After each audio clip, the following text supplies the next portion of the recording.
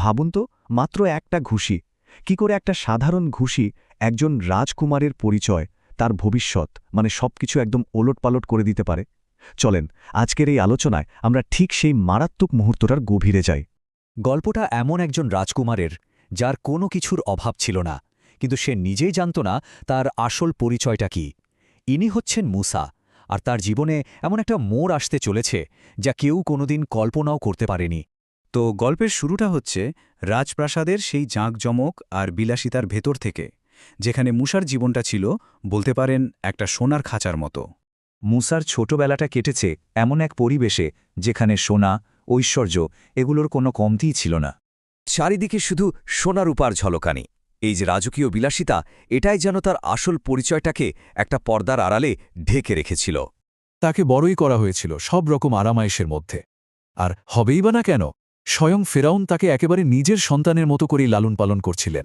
তাহলে ব্যাপারটা কি দাঁড়ালো?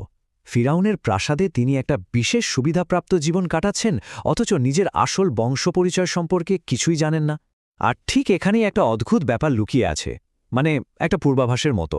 যে প্রাসাদ তাকে আশ্রয় দিচ্ছে, সেটাই একদিন তার সবচেয়ে বড় শত্রু হয়ে দাঁড়াবে। কিন্তু রাজপ্রাসাদের এই শান্ত নিরাপদ পরিবেশের বাইরে কি ঘটছিল?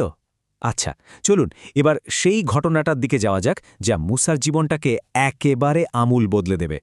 তো মুসা একদিন রাস্তায় বেরিয়ে একটা সাংঘাতিক দৃশ্য দেখলেন। একজন বেশ শক্তিশালী মিশরীয় আরেকজন দুর্বল ব্যক্তিকে প্রচণ্ড মারধর করছে। মানে ক্ষমতার এই পার্থক্যটা একদম চোখে পড়ার মতো ছিল। এই অন্যায়টা দেখে মুসার ভেতরে ন্যায় বিচারের যে বোধটা ছিল সেটা যেন জেগে উঠল।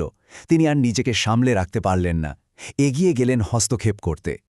আর ঠিক এই মুহূর্তেই গল্পটা তার সবচেয়ে দুঃখজনক আর গুরুত্বপূর্ণ মোড়ে এসে পৌঁছায়। ওই লোকটাকে থামানোর জন্য মুসা সজোরে একটা ঘুষি মারলেন। এখানে একটা ব্যাপার খেয়াল করার মতো, এটা কিন্তু ছিল মাত্র একটা ঘুষি, কোনো লম্বা মারামারি বা অনেকগুলো আঘাত নয়, শুধু একটাই ঘুষি। আর ওই এক ঘুষিতেই লোকটা সঙ্গে সঙ্গে মারা গেল। এই ঘটনার পর এক মুহূর্তে সবকিছু বদলে গেল। ন্যায়বিচার করার চেষ্টাটা মুহূর্তের মধ্যে ভয় আর অনুশোচনায় পরিণত হল। এক মুহূর্তের জন্য তার মনে হল পায়ের তলার মাটিটায় যেন সরে গেছে। নিজের ভেতর থেকে একটা আর্তনাদ বেরিয়ে এলো, হায়, আমি এটা কি করে ফেললাম। ভয়ে তার পুরো শরীরটা কাঁপতে শুরু করল। যে আত্মবিশ্বাস নিয়ে তিনি একটু আগে অন্যায়ের প্রতিবাদ করতে গিয়েছিলেন, সেই আত্মবিশ্বাসটা এক মুহূর্তে আতঙ্কে চুরমার হয়ে গেল।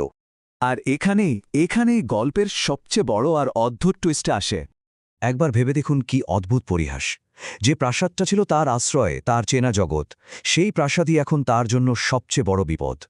একজন রাজকুমারকে এখন নিজের বাড়ি থেকেই পালাতে হচ্ছে, একজন পলাতকের মতো। দেখুন কি অবিশ্বাস্য দ্রুততায় তার জীবনের এই পর্বটা বদলে গেল। কোথায় রাজপ্রাসাদের আরামের জীবন, সেখান থেকে অন্যায়ের প্রতিবাদ, আর তার পরিণতিতে একটা অপ্রত্যাশিত হত্যাকাণ্ড, যা তাকে শেষ পর্যন্ত নিজের বাড়ি থেকেই পালাতে বাধ্য করল। তার রাজকুমার থেকে সোজা পলাতক। মুসার জীবনটা এক মুহূর্তে একদম ওলটপালট হয়ে গেল। এখন প্রশ্ন একটাই, যে প্রাসাদ তাকে এতদিন আশ্রয় দিয়েছিল, সেখান থেকে পালিয়ে তিনি যাবেনটা কোথায়? এই যে অনিশ্চিত ভবিষ্যৎ, এর শেষ কোথায়?